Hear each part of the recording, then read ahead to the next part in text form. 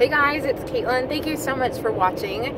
Welcome to my messy ass car. Look at that. That looks crazy. Is this gonna make you guys like nauseous? If you can see have y'all ever been able to see the road behind me? I don't know.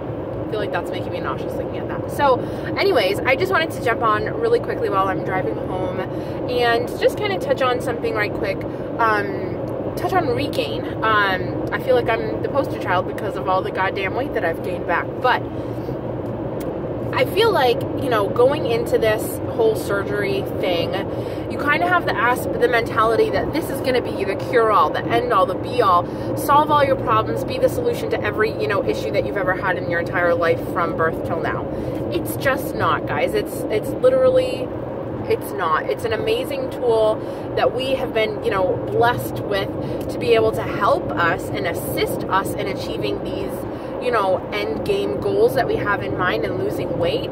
But just because you hit goal weight a year out, a year and a half out, 2 years out, doesn't mean that that's a guarantee for the rest of your life. Like, honestly, regain is going to be something that I'm going to just flat out say it, every single person is going to have to deal with at one point or another in their lifetime after having any type of weight loss surgery. There's just no way that you're going to get down to goal, just kind of maintain there, and it is what it is. Like, forever, that's just not a thing. And I think having such like high expectations of the surgery going into it can kind of be detrimental to what happens when we start to see regain, or what happens when we're in maintenance and, you know, maintenance is a little bit higher than what we were initially hoping for. Even like talking about what your goal weight is, what's your number that you want to get down to, that might not be, you know, necessarily realistic. And having all these expectations and ideas in mind that because it worked for someone, because someone was able to get down to 120 pounds,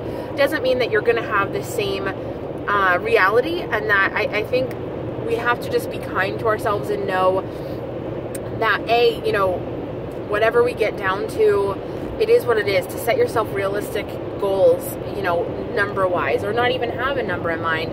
For me, I mean, yeah, I have a goal, you know, would be great to see, but my goal is more of a quality of life and what I'm able to do with my family and my children and how I'm able to participate and no longer sit on the sidelines. So that's really my end point. Like, that is going to be success for me when I can do that on a consistent basis, you know? And then, you know, I think with regain too, I think I had really unrealistic expectations, thinking that, you know, I got down to a size 12 pant, you know, so I'm set for life. That's where I'm going to be for the rest of my life. Throw away all my fat clothes. And it's probably good to throw away your fat clothes so you're not like relying on, you know, oh, I have a wardrobe waiting for me when I gain weight, whatever. Something silly like that. But to me, you know, I've gained some weight from having my son. I was really, really lax during my pregnancy. And I will be the first to admit, and I admitted the whole entire way, that I was just really milking it for all that I could, and just making really poor decisions. So, you know, I saw regain, and it was tough, and everybody's like, oh, you're pregnant. Yeah, but I've seen some mamas on here that have bounced back within a couple of weeks, and that's, you know, that can be really tough to see when I'm 7 months out from having my son, and I'm just now starting to like feel like I'm kind of getting back on track, just now starting to see changes in the shape of my body and how my clothes are fitting, just now finally able to zip up some pre-pregnancy pants and wear a top that I wore before I got pregnant. Like, I haven't been able to wear this since I got pregnant. It still doesn't fit very well. It's still a little snug around the midsection, but you know, that is what it is. So I think just kind of setting yourself up not only for, oh, did I lose fast enough? Did I hit goal fast enough? Am I, you know, on track with everybody else that had surgery around me, or how far out everybody else is? But also just know that this is, you know, this journey is super individual, and you really need to protect your mind and your emotions throughout the whole thing. So, you know, regaining, it's tough, it's a bitch, and a lot of people that had surgery around me, around the time that I had surgery, are suffering with the same thing. It may not be to the extreme that I went to, and I'm trying to work off, but it's gonna happen. You know, that's what I just kind of want to put out there. No matter who you are, where you are, what walk of life, how successful you are, it's gonna happen, and just kind of be prepared for it. Don't sit back and accept it and be like, oh, this is part of the journey, YOLO, let me eat that Twinkie, or whatever it is, whatever you're struggling with. But don't like beat yourself up. Don't think that you're a failure because you've gained some pounds back. Don't think that you're a failure because you're a size bigger than what you were 5 months ago, or at your very lowest. You're not a failure. I had to sit back and say, listen, mama, like, where you are now, just 9 months pregnant even, you are so far from where you started, right? Yeah, I'm not making the best decisions, but I am worlds away from where I was at my highest, or even when I decided to have the surgery, not even at my highest. When I was pregnant with my son, my first two, I was, close to 400 pounds. That is close to 400 pounds. So I am like worlds away from where I was, just a couple years ago. And so I think we just need to be kind to ourselves. I think it's easier said than done, 1000% over, but I just know how it feels to have the issue of regain. I know how it feels to see other people bounce back, whether it be from regain or pregnancy, within like a freaking week. Like, that's just, it's depressing. And I really was embarrassed, and I really felt like a failure because all these people around me who were getting pregnant and having their children were bouncing back in no time. And I think, again, I just had to sit back and say, listen, they didn't start where you started. They didn't, walk where you walked. And, sure, maybe they have stronger willpower than you. Maybe they have, more desire to get back into the gym. And, that is what it is. My results are, completely equal to the effort I'm putting in or I'm not putting in when it comes to the food. So I just think, I don't know if this is making sense at all, but I just really feel for everybody who's going through the issue with regain. It's tough, it's really hard, but just know that you're not alone. Know that you're not a failure because you're experiencing some regain, no matter how big or small it is. Know that no matter how far out you are, how deep into this regain situation you are, that there's always kind of a way out. There's always a light at the end of the tunnel. Just because you're gaining some weight doesn't mean you're that before person, you know what I mean? Doesn't mean that you're where you were before you had surgery. You have so much knowledge now. You've put so much like blood, sweat, and tears to get to where you were, and it's just a matter of taking the time to remind yourself of how strong you really are, how incredible your body really is, because you did it once, you know what I mean? So it's not physically impossible. It may not be super pleasant, but it's not impossible, you know what I'm saying? So personally for me, I had to like kick myself in the ass and just say, listen, this is it. You need to stop. Like, I'm making such poor choices, and this is 7 months after I've had my son, you know what I mean? Like, just food wise, I was not being, holding myself accountable. I wasn't, putting any limitations on myself. It was just really bad. So I decided to do a week. I wanted to do the 5-day pouch reset. So I don't know if y'all have heard of it. I'm probably not the best to describe it because I really didn't even follow it. But the first 2 days are liquid. So you're, back to your liquid pre-op, post-op diet, whatever y'all, experienced, where you have protein shakes for 2 days. You have sugar-free pudding or whatever it is that you're having, clear broths and creamy soups. You have that for 2 days.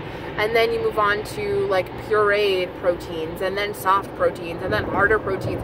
So for me, I was like, let's do the 2 days. And then I kind of wanted to feel it out and see where I was at that point.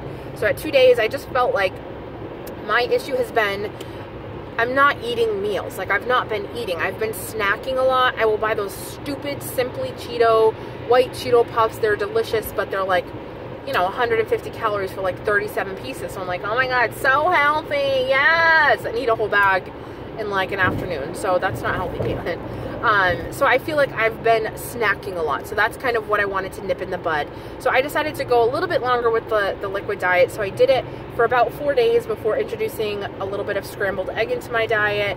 And then I was just doing some soft proteins from that point on for a few days. So for a good week, I did liquids, at least 1 to 2 protein shakes a day, and then some soft proteins. I think I had to be really careful. Well, I know I did have to be really careful with how many calories I was getting in, because I was just like sick of the protein shakes, so I just didn't want to eat.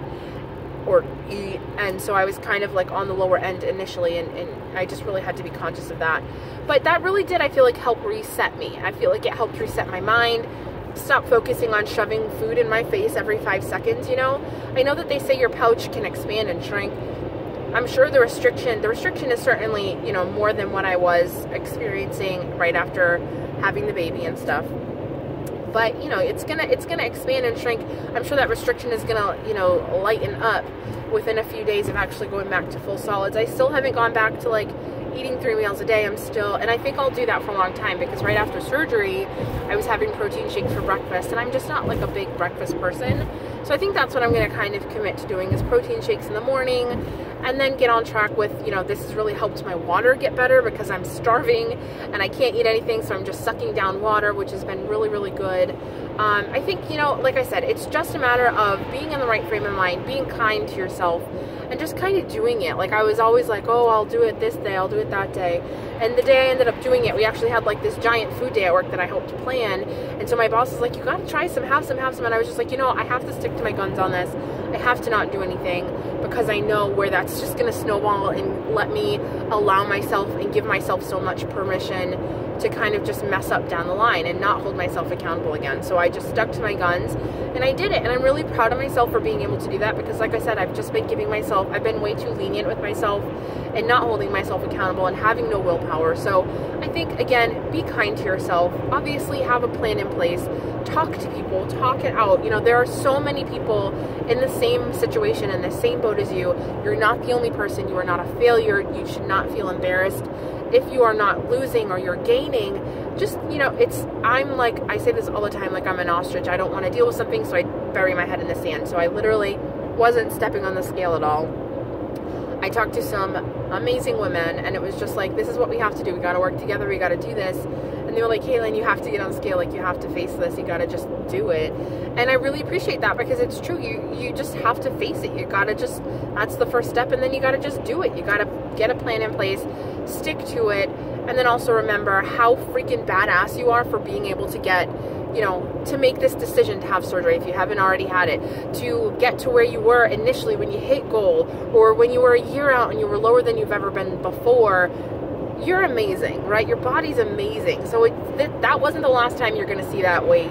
You just got to put the work in, and that's the hard part. And unfortunately, that's not something that's ever going to get easy, I feel like, for me anyways. And it's not something that's ever going to leave me, you know, in this lifetime. I'm always going to struggle with it. It's always going to be a battle. It's 7 o'clock, 7:15 right now. I'm driving home from work, and I really want to stop at Burger King because I'm starving. But I got to battle it, and I've got to, you know, tell myself no. But I think that the liquid diet really helped me to be able to say no, and not to think that I deserve every damn thing I want. You know what I'm saying? So I know this is probably like a long rambly video, and I apologize for that, but I just want you guys to remember, be kind to yourself. You're not the only one in this situation. If you don't have anybody to reach out to me, reach out to anybody. This community is vast, and it's filled with some amazing, incredible people. And, you know, just take advantage of that, because again, you're not alone. You don't have to do this alone, and don't feel like a failure, because you're not. You're absolutely not. It's just it's part of the journey. It's part of the, you know, the walk that this is going to be for us. It's not, you know, it's not you hit gold, congratulations, you finished the race. This is a damn marathon that's going to have some hills and some valleys, y'all. So let's just get through it together. Okay. So anyways, I hope you guys are having an amazing day, evening, whatever you're watching this. I love you guys so, so much. Remember, you're not alone. Please reach out to me, to whomever, and, you know, we'll kill it. We killed it before, we'll kill it again. And we'll have to keep doing it, because I'm sure I'm going to regain and then have to lose it all again. So, you know, it is what it is. But thank you guys so much for watching and for listening to me babble on my way home. I'm almost home, so this worked out well. So I love you guys so much. I will talk to you later. Have a good one. Bye.